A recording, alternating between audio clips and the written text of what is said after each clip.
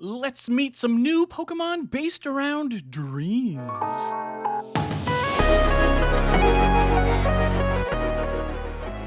Hey all you nerds, Gabe, aka Froopy Art here, and welcome to another episode of Let's Pokemon Together, where I take your suggestions and turn them into new Pokemon. Now the last prompt I gave was dreams, and I got a flood of really amazing suggestions. Seriously, so many. And be sure to stick around to the end for the next episode's prompt and a puppy update. Now, we've got 5 new designs to get through, so let's not waste any time. The first thing we'll be doing is combining a few suggestions that had to do with folklore based around falling asleep.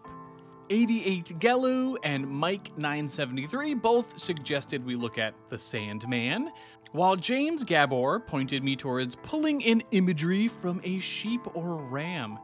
But just to get weird, we're also going to be incorporating a suggestion from Diego the Sleepless, whose name feels incredibly appropriate for this prompt, who brought to my attention the Cuca.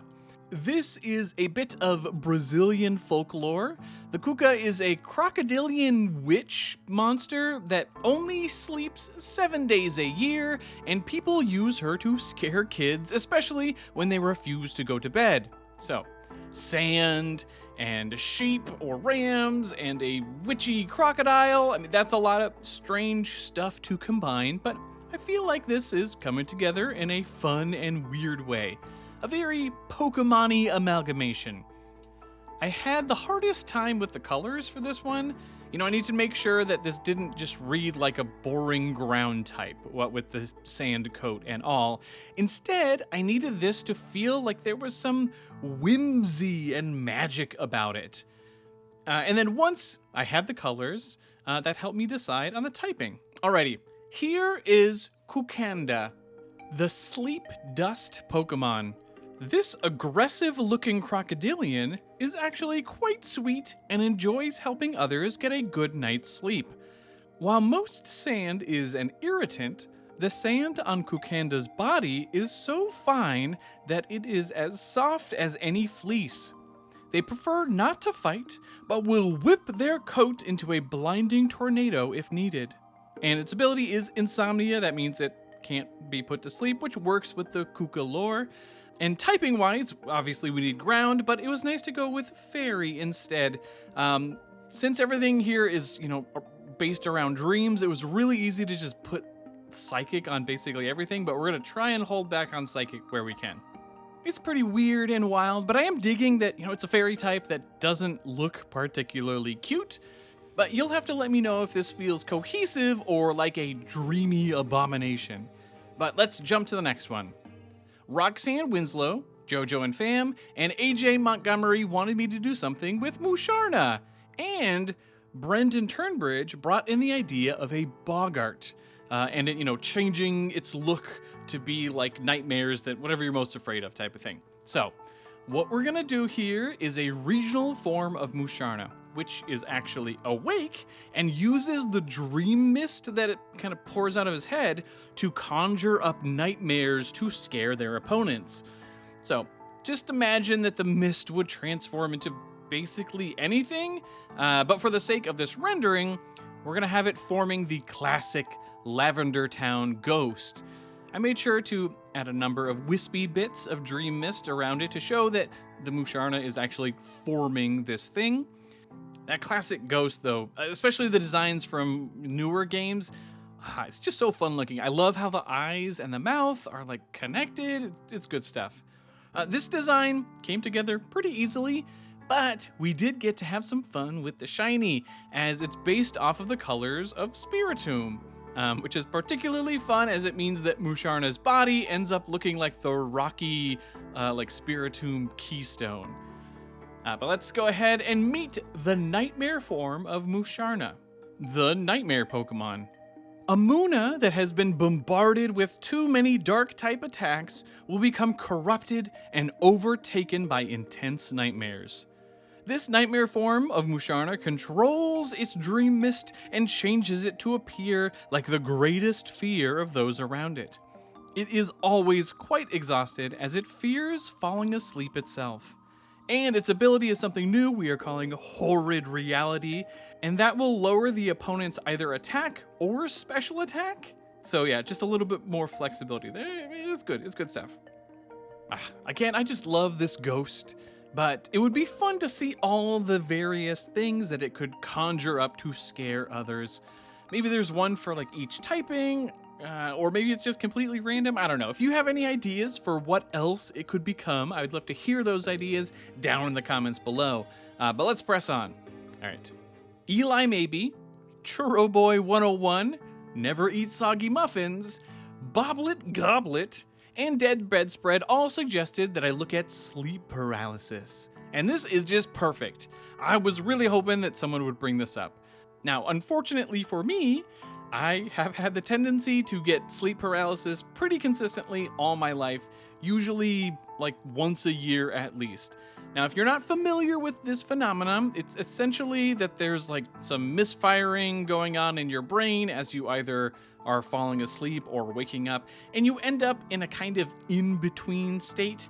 All right, your body is paralyzed, as it should be if you were fully asleep, but your mind is partially awake, and this leads to vague and terrifying dreams or night terrors that often involve tall, shadowy figures either looming over you or putting pressure on you somehow. What these are actually varies from person to person, and what they find scary or what culture they may come from. So some see demons or monsters, or I, for one, am particularly terrified of aliens, so that's usually what I see. Anyway, it's really fascinating stuff, and I suggest you look into it. Very scary, but very cool. All right, back to this. The design I wanted to lean into was this little demon jerk you can see in one of the reference paintings, just sitting on you and being a bully. I didn't want this to be too scary. I didn't want it to look like an edgelord, right? Mainly so that those of us who do suffer from sleep paralysis have a less intimidating thing to picture whenever it happens to them again. Anyway, this is Perilank, the paralysis Pokemon. This rude little creature likes to sit on top of small Pokemon, pin them in place, and scare them senseless. Perilank specializes in draining attacks and causing sleep and paralysis. Its underhanded tactics make it quite difficult to train. It has even been seen preying on people. And its ability is Pressure, and that's mainly for like the pressure that's like pushing down on you, right? It's very silly, but that doubles PP usage. He's a bit of a goober, but I really do prefer him that way. Still spooky, but in a much more fun Pokemon-y way. But you'll have to let me know, would you risk having one of these on your team? All right, we still got a couple more to do, so let's see what's next. Okay, Mason, Sprite Doge, Keller QR, and Adam Ludwig all suggested that I look at the phenomenon of lucid dreaming. I ended up combining this with an excellent suggestion from the Iron Templar to consider a hibernating bear in pajamas. And we're going to combine these again to create an alternate evolution for little Teddy Ursa. So the idea here is that with some new psychic powers, this bear is sleepwalking, but manipulating the world around it. So it is lucid dreaming, but actually affecting the real world.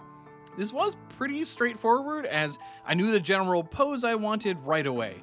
In addition, I love the idea of having things levitating around it, including a poor little Teddy Ursa, like that tiny bear. It just wants nothing to do with this.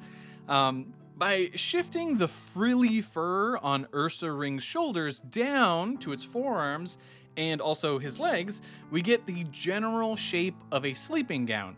And the psychic energy not only envelops the objects it's manipulating, but also creates a cute little sleeping cap on the head. And with the twinkly star pattern, we've got a pretty adorable design. Say hello to Ursnooza, the sleepwalk Pokemon. When a Teddy Ursa has eaten enough berries, it will evolve into this sleepy Pokemon. Perpetually hibernating, Ursnooza is able to walk about. Its new psychic abilities allow it to manifest its dreams and manipulate objects around it as it pleases. This lucid dreaming state sometimes leads to bizarre outcomes. And its ability is comatose. I mean, obviously it has to be comatose. And that means it's always asleep, but it can still use its moves, and it can't gain any other status ailments. Now, I love how this turned out, though it may be that I just think it's really funny that Teddy Ursa is floating around. Anyway, you'll have to let me know if you prefer this or the regular Ursa Ring. But we have one final design to get through.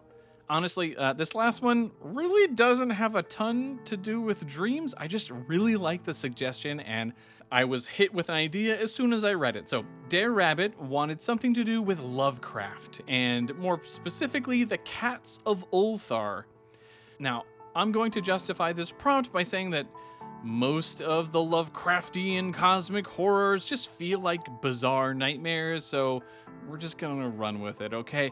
Now, if you didn't know, H.P. Lovecraft was a pretty problematic guy, but The Cats of Ulthar is one of his cuter stories, if you can call any of his stories cute, that is. Essentially, there are these mean people that were being horrible to cats, and then someone came through town and they lost their cat to these jerks, so they essentially cast a spell, and after that, all the cats in town just went and ate those jerks.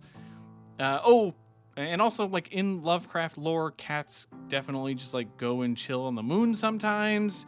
So I wanted a cat sitting on a moon. It was initially going to be a big sphere, but I ended up liking this crescent look better. I made sure to give it a pop of red on the mouth to hint at the cat-eating people thing. But let's say hello to Kulthar, the moon cat Pokemon. This elusive feline floats about on its massive crescent tail. Legend tells that these cats originated on the moon, and they still do spend much of their time there. When on Earth, they are drawn to cemeteries and other spooky locations. While sweet and small, trainers sometimes find their Kulthar looking at them and licking their lips. And its ability is levitate, because it kind of floats around and whatnot.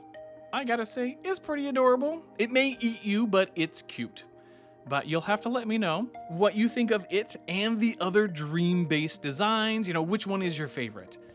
Now, before we go, let me give you the prompt for the next episode of Let's Pokemon Together. I want the weakest Pokemon you can make up. You can go whatever route you can think of, but they should be the least viable Pokemon in battle. Like, you are guaranteed to lose if you try to use it. In particular, I want you to think about the typing and abilities. I mean, these should be the worst of the worst. And I think it'll be pretty fun. Now, before the end of the video, you know what isn't the worst of the worst? These little puppies! Oh no, oh, look how cute they are. Just too cute. Now, before I go, I just wanted to thank you all for watching, and especially those of you who were hanging out with me during the live stream when I drew some of these dream-based designs. If you are enjoying this content, why not leave a like, or even better, subscribe if you're not.